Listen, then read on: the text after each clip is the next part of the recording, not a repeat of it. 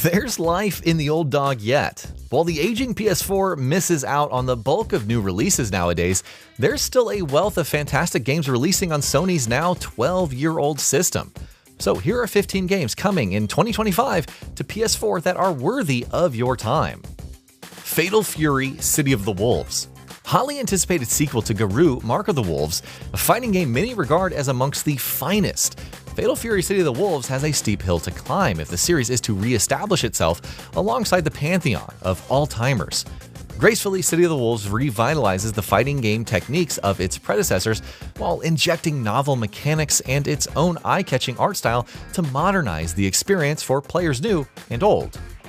MotoGP 25. New modes, from dedicated motored, flat track, and mini bike racing to a never-seen-before casual arcade experience, bring plenty of novel ways to ride in MotoGP 25. But Milestone's latest Superbike sim aims to provide untold levels of authenticity from an area that you might not expect. This year, sound design has been completely overhauled via on-track audio captured firsthand from the exhausts and tire squeals of official bikes. MotoGP 25 has the potential to be the long-standing series' best entry in years. Onimusha 2: Samurai's Destiny. Remaster of the 2002 PS2 classic Onimusha 2: Samurai's Destiny is gifting new opportunities to relive the original's intense swordplay and dramatic revenge story with high-res graphics and improved controls. Additional language support, new gallery modes, a refreshed soundtrack, intense hell mode difficulty, and a very welcome quality of life contributing auto-save feature round out this enrapturing odyssey through medieval Japan. Elden Ring: Night Reign. Co-op games are resurging in 2025, with this standalone spin-off set within the Elden Ring universe, a harrowing experience created specifically for a troupe of up to 3 other players to venture deep within the grim locale of Limfeld together, promises to be a standout. In true FromSoft fashion, surviving a 3-day cycle in Elden Ring: Night Reign will be anything but a cakewalk. Teams will encounter highly skilled, soul-crushingly tough opponents during each run. However, collectible relics will, with any luck, make subsequent runs more manageable. Tony Hawk's Pro Skater 3 and 4. The industry's worst-kept secret officially announced on March 4th, and while many shared trepidation that Tony Hawk's Pro Skater 4 will eschew its open-ended career mode for what new dev team Iron Galaxy proclaim as a return to 1 to 3's epic 2-minute format, there's no denying Tony Hawk's Pro Skater 3 and 4 is a welcome package.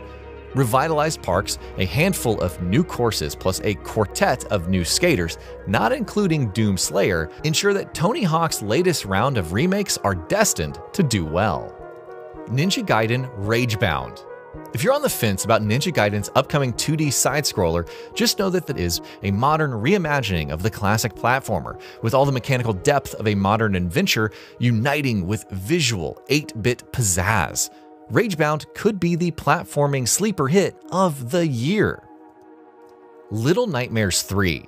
The pint-sized Dreadfest is returning. Only switching things up for Little Nightmares 3 is the introduction of cooperative gameplay, either couch, online, or via AI. Lo and Alone are stuck inside a horrifying realm known as the Maw, must combine their unique skills and gadgets to overcome a breadth of tricky environmental puzzles, all while evading the clutches of a horde of evil monsters. Shinobi: Art of Vengeance. Speaking of platformer sleeper hits a la Ninja Gaiden Ragebound, another iconic side-scroller is getting the modern treatment in Shinobi: Art of Vengeance, and this one is coming directly from the team who made Streets of Rage 4. A Supergiant Games-style hand-drawn art style belies what looks to be a super precise platformer, although it remains to be seen if the team at Lizard Cube have toned down the series' historic difficulty. Either way, mastering the way of the Shinobi has never looked better. Absolem. Okay, so the aforementioned Dotemu have a hand in this one too, but unlike their prior publishing exploits, this is the team's first original IP, and it has all the hallmarks of an instant classic. Absolem is a roguelite, side-scrolling beat-em-up set within an original fantasy realm. Here, a likable cast of brawlers, each with distinct fighting styles, rapid combo chains, and spell-casting power, traipse through levels harboring multiple paths and unpredictable encounters, promising an enveloping experience with every run. Terminator 2D No Fate. More 2D action side-scrolling, only this one an officially licensed recreation of iconic movie Terminator 2. Terminator 2D No Fate oozes adrenaline-fueled arcade style via thrilling set pieces plucked straight out of the film, lovingly crafted here in stunning pixel art.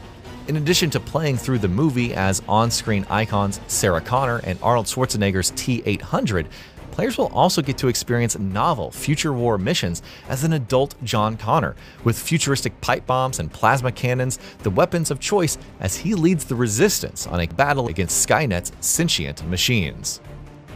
Dying Light: The Beast.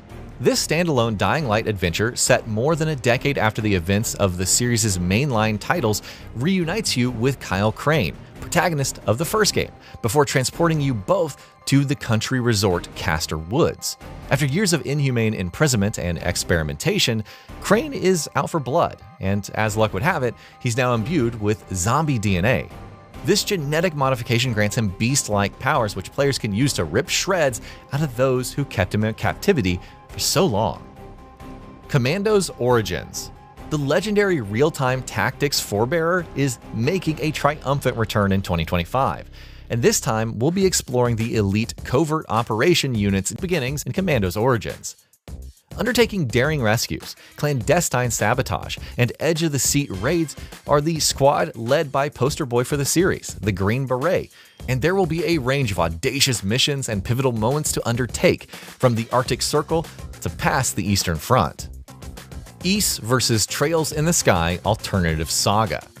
Ys vs. Trails in the Sky Alternative Saga is coming west for the first time, the all-star clash between heroes from Falcom's legendary RPG series, having originally released for the PlayStation Portable in Japan in 2010. This version features remastered graphics and 60 FPS support, couch and online multiplayer, English voice acting, and a wealth of wallpapers and soundtracks from Falcom's titles of old. Finally, the cult favorite, fast-paced battler has a home outside of Japan. Mouse Pi for Hire. Combining 1930s animation with the thrill of explosive first-person shooting, in Mouse Pi for Hire, you assume command of private investigator Jack Pepper, who becomes embroiled in a gritty underworld of crooks and mobsters. These hand-drawn characters chilling enough to commit murder, corruption, and blackmail. We can safely say that we've never seen a game quite like this. The House of the Dead 2 Remake. On-rails shooting masterclass, The House of the Dead 2 Remake reimagines the classic arcade experience in high-definition graphics, with remastered music and optional cooperative play. The first House of the Dead remake had its issues, but here's hoping developer Megapixel Studio have plowed all of their knowledge into this sequel, as, on balance, House of the Dead 2 was always the superior title. And that'll be about it for this one. If you guys like what we're doing at Gaming Bolt, please consider subscribing to our channel, and I'll see you guys on the next video.